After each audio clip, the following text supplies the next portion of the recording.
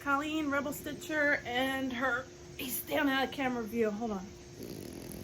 Her handsome sidekick Albus is here as always. This video is probably going to be spliced together in a few different parts because I am going to be heading over to Keepsakes to drop some stuff off for Barbara to finish, and I figured before I do that I should show you the stuff I'm dropping off. So I'll do a quick version of, or show and tell of my finishes, and then I'll do the rest of my video later and magically splice them together. Okay, first things first, I wanted to show you the genius that Barbara is over at Keepsakes.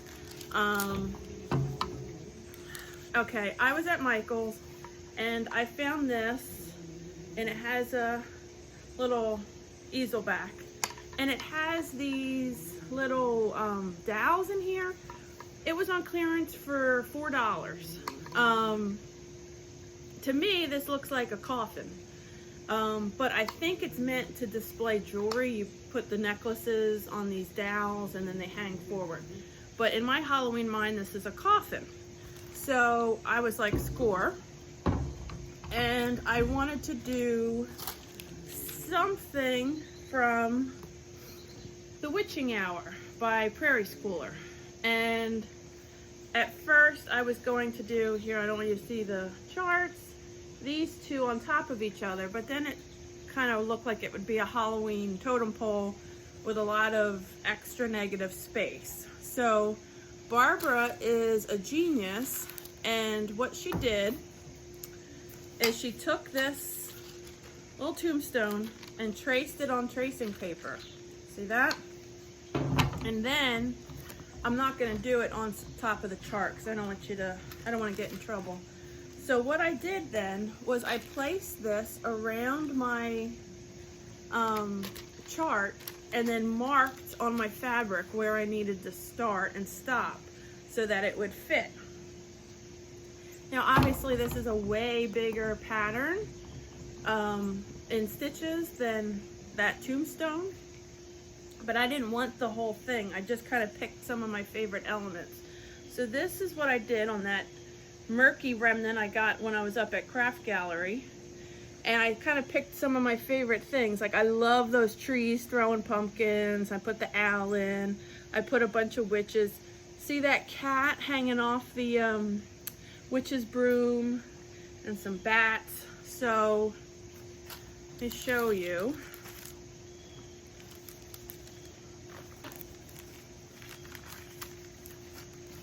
One moment, please. Okay, so here's the fabric, right, with the tracing, and so you know it'll fit in that, in the space to go on that little tombstone.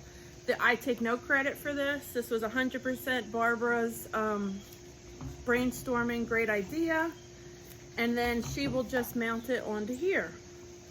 I also thought this would be, cutting out a piece of tracing paper has a lot of other purposes or helpful things. If you have like a really modeled piece of fabric and you want to make sure you know, avoid a certain color, or you really like a certain color and you want to try to get it to work in your pattern, if you cut, I was thinking if you cut a, go in your little app, you know, cross stitch calculator app, type in the exact stitch size and don't put the border in, and so you just see how big the stitching area would be, and then you can cut a piece of tracing paper or regular paper out that exact size. It's just the stitching without the border, and you can move it around your fabric and find the optimal placement for your piece.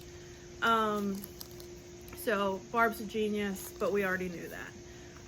Anyway, my other finishes were, I had went to Michael's a few days, well, a while ago, and their Halloween game is on point this year. I'm telling you, it took a lot of self-restraint, but they had a lot of cool, older, kind of vintagey looking Halloween stuff, if that's what you're into. And they had this little welcome broom thing. I just thought it was really cute, but I wanted to put something, cross stitch something in here. So nothing I had really kind of worked right. So I went on Etsy and looked for Halloween patterns, and I found from Waxing Moon Designs, it's called Hocus Pocus. I only have black ink in my printer because I'm cheap, but that's what it looks like.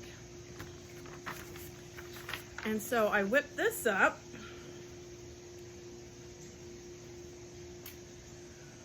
Hocus Pocus. And I'm gonna put this on that. This amazing fabric is one of the pieces that Jody from Steel City Stitchers sent me, and I thought it is just perfect. So let me fold this up and show you how this is gonna look on that witch. I think I gotta kind of make it tiny so it fits. Excuse me, please. Okay, so it's gonna look like this, but better. And then this hangs there. Obviously this will look better. Barb will make it look nice and even, but this was another finish I had. I just have to get Susan, one of my friends who works at Keepsakes, is the French knot queen, so I need a little assistance there. But there's Hocus Pocus on Jody fabric from Steel City Stitchers. I feel so special. And then my last finish is for another ornament from the Prairie Schooler, Spooky. So it's a bat and an owl. So I thought this little guy was so cute. Here's a close-up. I think this is on Picture This Plus the Bloom or Heartland. I'm not sure. They're really similar. But that's the fabric on this. So I'm dropping these 3 things off today over at Barbara's after when she opens up, and hopefully a couple friends and I are going to sit and stitch outside for a bit. The weather's cloudy. Hopefully we don't get any rain. I'll report back to you after a day of stitching and I drop off the stuff to be FFO'd, and we'll do the rest of the video. Hey, welcome back to the second half of this episode. Hopefully that was a beautiful splicing with my technological prowess, but somehow I don't think it was. So now I had a lovely breakfast with stitchy friends, and we sat outside and enjoyed the cooler weather and did some stitching outside at Keepsakes. Special thank you to Susan for doing my French knots for me. I appreciate it. So I'm going to get into the whips portion and haul and the giveaway from last week for the Wonder Woman needle minder. So on my whips is, let's see, I'm doing this ornament with the crystal ball. I already did this one and I dropped that off to Barbara to be finished as an ornament. So I'm working on the crystal ball, and this is how far I've gotten. I really should bring, like, here, put a piece of paper behind it. Be like a real floss tuber here. There we go. So I've gotten the outline done. I'm starting on the pedestal. It calls for it to be on cream fabric and to stitch the orange, but I had this cool orange fabric, so I'm going to stitch this in cream, the negative space behind the word gaze. I think it's supposed to be like kind of like a tarot card sort of a thing, and the crystal ball, and then I don't have to stitch the negative space behind the crystal ball because there's this beautiful orange fabric. So this won't take me much longer. So that is my whip, and I hope to finish it soon. That's the only whip I have because I finished everything. Plans is I plan to do at least one more ornament. The one I have my eye on, here, cover up the pattern, is, oh wait, is there not a picture of it? Oh, here it is. in the center, it's the Prairie Schooler heads up.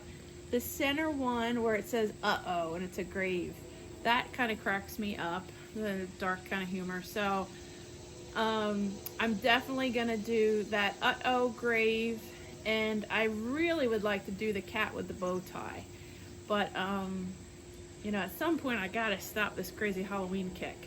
But I'm definitely gonna do the uh-oh, may do the cat with the bow tie. And everybody has been asking, because of my Halloween kick, where some of my older tried and true whips have been. So I've neglected this girl for a while, so I figure after I finish that last Halloween ornament, I will get back to my dressed monkey on a throne. And this is where we're at on her. And she is just breathtakingly gorgeous. We should all look that adorable while we're sitting on our thrones. So after I get over this Halloween kick and I can get back to my normal stitching, and this Halloween virus bug has worked its course through my system, I'm gonna go back to my girl on the throne. So hopefully you'll see her in an upcoming video with some progress. So that was my whip, my plans, and now haul. I don't have a ton of haul. I showed it before. I did purchase this Hocus Pocus chart from Waxing Moon Designs. Again, black and white copy. It's a very colorful piece, but I am a cheap biatch who only has black ink in her printer. So that was the only chart I bought. But my Picture This Plus Fabric of the Month came, and my Fortnite Fabrics Fabric of the Month came. So Fortnite is such yummy fabric. I love it so much, and I love to support Derek and Christian. So I belong to both the neutral and the floral, or not floral, vibrant thing. So this is the neutral. It's called Panther Cap. It is really pretty. I could think of a million things to stitch on this. I'm trying to get it without that glare, but I don't want to take it out of the plastic. So, and this is the vibrant. I think it's gladiolus. It's kind of an orange sherbet color. And then the Picture This Plus is 16 count. Fortnite I get an 18 count, and this is sterling. This, oh, it's totally not showing up right in the video, but this is like a really nice soft bluish gray, more on the blue side. That's a shame, but that is really a pretty color. So that was my haul. Again, I've been good, not much excitement.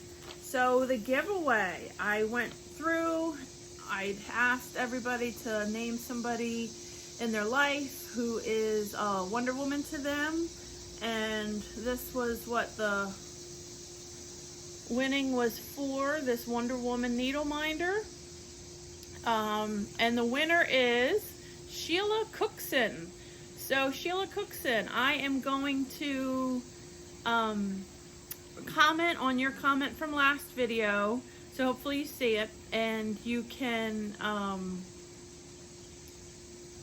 respond to me with a message or email, and give me your mailing info, and I will get that needle minder right out to you. And all of you who are like, oh, I wish I won, I still have those in stock. So if you just need a Wonder Woman needle minder, which honestly we all do, and if you don't have one yet, Rebel Stitcher Designs on Etsy is my shop for my needle minders, and I have two Wonder Woman styles, that one and the more traditional Wonder Woman.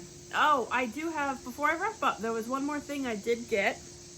I didn't tell you in my haul. This is, I found this on Amazon. It is a Halloween tree. At the rate I'm stitching all these ornaments, I might need more than one tree, but it's battery operated. There's a spot in the bottom where you put the batteries in, and then these little LED lights light up. You don't have to do the batteries. And it just thought this was a perfect spooky. I think it was like 20 bucks. It was very inexpensive. I was actually looking for something a little bit taller or bigger. This is all I could find, so maybe I'll have to do 2 if the Halloween stitching virus continues. But I forgot to mention this in my haul. But that's it. I hope everybody has a great week and stays safe and gets lots of stitching in.